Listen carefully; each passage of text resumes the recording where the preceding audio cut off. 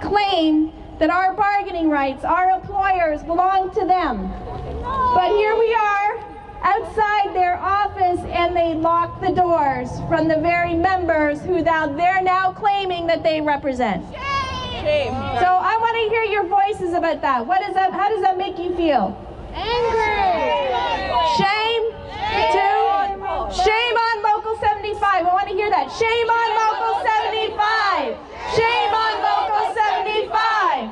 Shame on Local 75. I'm protesting against Paul Clifford, who is trying to take away our right to be a union. I've been with Unite since the year 2000 when we first organized.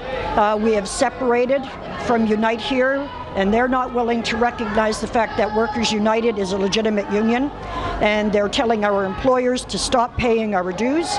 They've stopped all of my grievances. All of my dues are not being paid. My membership now is terrified that they're not being represented by a union. They don't know where we stand, and they're saying that we're illegal. What they're doing is illegal.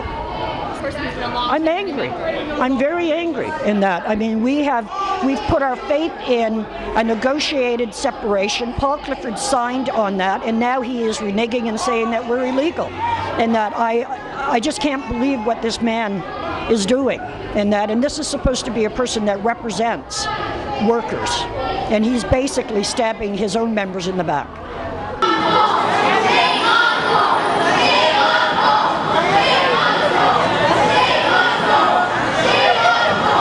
My name is Chloe. I work at York University for Armagh. I've been working there for 10 years now, and I organized that unit. So what Local 75 and Unite here is doing, I think it's unfair, because we work hard and they haven't done anything for us recently. They've been after our money. I think we should have our money. They should stop the union busting and leave our money alone.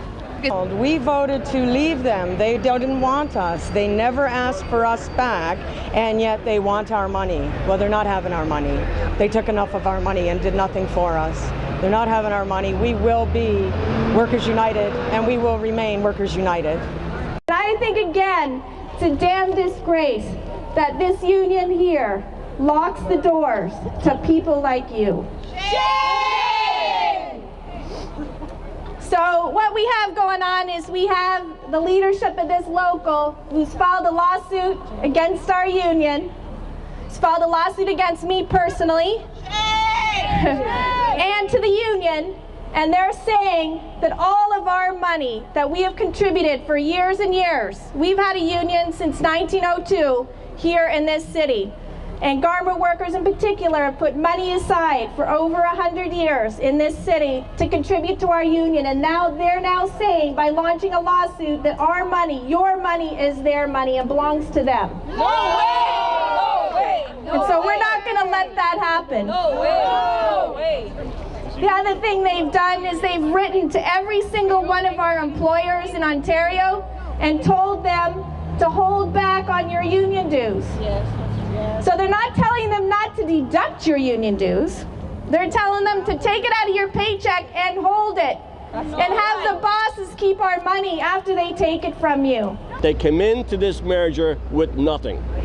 We paid something like $2 million in their dues, and we upgraded their pension. We brought their pension levels back up again. And that's basically what it's all about. It's about money.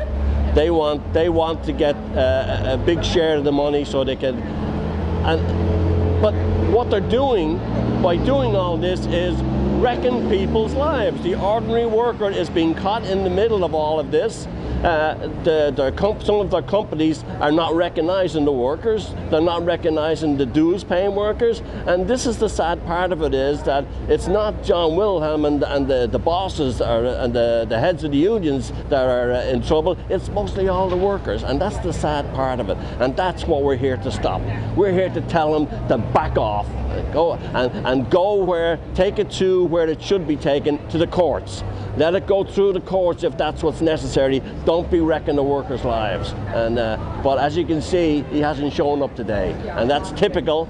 That's typical of the HERE group. That's where when the fight comes, they're nowhere to be seen. Okay. We got a lot of people out here, Paul. They want to talk to you. They want to ask you some questions. Why Why are you trying to destroy our part of the union? Why are you holding my union dues? Yeah. Why are you sending letters, illegal letters to our companies? Why are you stopping the dues from helping these workers? Hey, hey, ho, ho, Workers United's on the go. Hey, hey, ho, ho, union busting has to go. Candace Ramsey and I work for Wood Green Community Services, Local 154, and my workplace has 400 members. And unfortunately, we didn't have as positive experience from the backlash from Paul Clifford's letter. My workplace has decided to hold April 2009 dues, and that is worrisome because as a collective, all of the members signed stating that we want to disaffiliate from HERE and Local 75, and it's just impeding progress. So our union of choice, which is Workers United, can't focus on organizing new workplaces and providing the representation that our workers need, and that is worrisome. Layoffs. We have funding cuts coming from different levels of government that fund our social services. We're a sector that's not left unaffected by the current recession, and so the last thing that we need to be focusing on is having to come out and tell our former union brothers and sisters, leave us alone, let us organize. This is called democracy. I'm not really sure what's so confusing about that, but it's the last thing that we need people to be focused on, the staff, stewards, etc. The last thing we need is interference right now. We need to be able to focus on the work of getting things back together, supporting people who are out of work, who are being laid off. You know, that's where my heart is, and that's what we should be focusing on. To take our financial resources, even though not from my workplace, we're a fairly small local, right? But when they start taking, 400 people's dues, that significantly affects my ability to do my work with my union rep and get our grievances resolved and look at the scary reality of layoffs and things that people are really looking at. And that's what always we should be focused on, is what are the workers dealing with? How are their lives? How are they paying their bills? Are they going to be okay? Are we going to be okay?